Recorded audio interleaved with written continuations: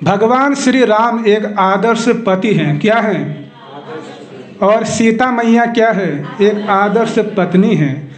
तो आप लोग राम की तरह आदर्श पति कितने लोग बनना चाहते हैं? जो पति हैं अभी बनना चाहते हैं। और सीता मैया की तरह आदर्श पत्नी कितने लोग बनना चाहते हैं? सब लोग बनना चाहते हैं। उम्मीद है, उम्मीद की किरणें। जब भगवान श्री राम जनकपुरी में गए, मिथिला में, सीता मैया से विवाह करने के लिए, तो उस समय भगवान श्री राम कौन थे? एक राजकुमार थे। कौन थे? राजकुमार। राजकुमार श्री राम आज मिथिला की ओर जा रहे हैं सीता मैया से विवाह करने के लिए। लेकिन जब वहाँ विवाह संपन्न हुआ, भगवान श्री राम अयोध्या लौट आए सीता मैया को लेकर, तो उस समय कैकेयी मैया ने राम को क्या कर दिया? वनवास दे दिया। कितने वर्षों का? 14 वर्षों का। तो आज श्री राम राजकुमार नहीं हैं, आज क्या हैं? एक वनवासी हो गए हैं, भिखारी बन गए हैं। तो सीता मैया ने किससे शादी किया था? राजकुमार श्री राम से। लेकिन आज सीता मैया के जो पति हैं श्री राम, वो क्या हो गए हैं? वनवासी हो गए हैं। लेकिन सीता मैया ने वहाँ पर तलाक नहीं दिया कि मैं तो राजकुमार श्री राम से विवाह किया था, मेरे पति तो अब भिखारी बन गए हैं, दर दर भटकेंगे, मैं तो बड़े घराने की हूँ, मेरे पिता तो क्या हैं? विदेह राज हैं, जनक महाराज, मैं सहन नहीं करूँगी, मैं वापस चले जाऊँगी मिथिला, जाओ मैंने तुमको तलाक दे दिया है। ऐसा बोला सीता मैया ने। क्या बोला? कि हे स्वामी, हे मेरे प्रभु, आपकी खुशी में मेरी खुशी, आपके दुख में मेरा दुख, आप जहाँ भी रहेंगे मैं आपके संग में रहूँगी, आपके धर्म का साथ दूंगी, आप जैसा जैसा धर्म अपनाएंगे वैसा वैसा मैं भी करूँगी, कृपा करके मुझे भी जो है अपने साथ चलने का आदेश दीजिए, मैं भी आपके संग वन में आना चाहती हूँ। आज की नारी क्या बोलेंगी? अगर पति को घर से निकाल दिया जाए तो पत्नी क्या बोलेगी? तुम ही निकलो, मैं क्यों निकलूँ, भाड़ में जाओ, मरो जाओ, मुझे क्या मतलब, ऐसा बोलेगी। लेकिन सीता मैया का क्या आदर्श है कि राम जब राजकुमार हैं तब भी सीता मैया उनके साथ हैं।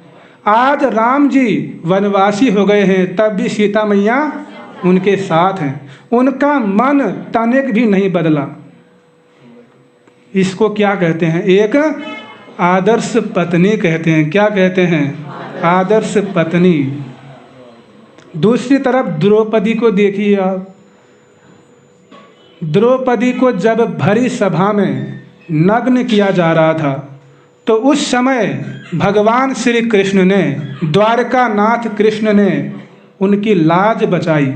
उसके पश्चात पूरी सभा में विचार विमर्श करने लगे, आपस में खुसुर पुसुर करने लगे सभी लोग। बतलाया गया है कि जिस सभा में द्रौपदी जी को नग्न किया जा रहा था वहाँ पर 22 लाख लोग बैठे हुए थे। कितने लोग? 22 लाख लोग बैठे हुए थे। अब वो लोग आपस में कानाफूसी कर रहे हैं, भाई गलत हुआ, ऐसा नहीं होना चाहिए था स्त्री के साथ। बाद में आपस में बातें कर रहे हैं।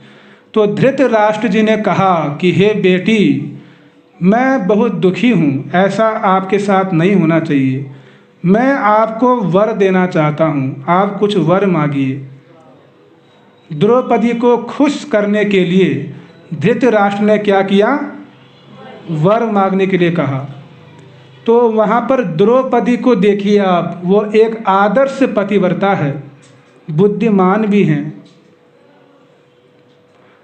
जब पांचों पांडव जन जुए में हार गए तो वे लोग दुर्योधन के दास बन गए। क्या बन गए? दुर्योधन के दास। अब दुर्योधन जैसा कहेगा वैसा उनको करना पड़ेगा। तब उस समय द्रौपदी ने क्या मांगा कि हे धृतराष्ट्र, यदि आप मुझे वर देना चाहते हो तो मुझे क्या दो, मेरे 5 पतियों को क्या करो, दासत्व से मुक्त कर दो। क्या कर दो? दासत्व से मुक्त कर दो। यहाँ पर द्रौपदी के अंदर कितनी महानता दिखती है, क्या गुण दिखता है। एक तो बुद्धिमान, कितनी बुद्धिमान है। ऐसा उसके साथ ऐसा कृत्य हुआ है थोड़ी देर पहले, तब भी उन्होंने अपनी बुद्धि को खोया नहीं। जिन पतियों ने द्रौपदी को दाव में लगा दिया, उन पतियों से द्रौपदी रुष्ट नहीं हुई, उन पर क्रुद्ध नहीं हुई। उल्टा उनके लिए क्या मांग रही है कि इनको क्या करो, दासत्व से मुक्त कर दो। यहाँ पर देखिए द्रौपदी का समर्पण पांडवों के प्रति। और फिर धृतराष्ट्र ने कहा कि हे बेटी और वर मांगो, ये तो कोई बड़ी बात नहीं है, कुछ और मांग लो, कुछ और चाहिए तो बोलो। तो वहाँ पर द्रौपदी ने कहा कि हे धृतराष्ट्र, हे पिताश्री, यदि आप मुझे कुछ देना चाहते हो तो मुझे अब कुछ नहीं चाहिए। हम लोग क्या मांगेंगे, कुछ भी मांग लेंगे, लेकिन वहाँ पर द्रौपदी ने क्या किया कि मुझे अब कुछ नहीं चाहिए, मुझे मेरे पति मिल गए हैं तो वे सब कुछ मुझे दे देंगे, इसके अतिरिक्त मुझे और कुछ नहीं चाहिए। तो यहाँ पर द्रौपदी के अंदर लोभहीनता का गुण झलक रहा है। लोभ नहीं है उनके अंदर, उनको पतियों पर पूरा विश्वास है कि पति अगर मुझे मिल जाएंगे तो वो सब कुछ कर देंगे। और हम लोग क्या मांग लेंगे, धन दे दो, ये दे दो, सब कुछ दे दो। लेकिन द्रौपदी कितनी महान है। अब ये तो हो गया पत्नियों की बात, अब पति का नंबर आता है। आदर्श पति भी तो होना चाहिए। कुछ लोग मन में सोच रहे होंगे ऐसे पति कहाँ मिलते हैं आजकल।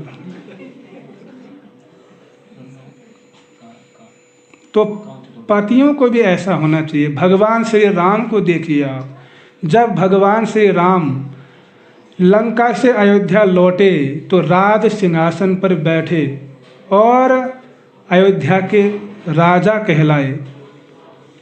उसी बीच उन्होंने सीता मैया का त्याग कर दिया और वाल्मीकि आश्रम में भेज दिया। कहाँ भेजा? वाल्मीकि आश्रम में।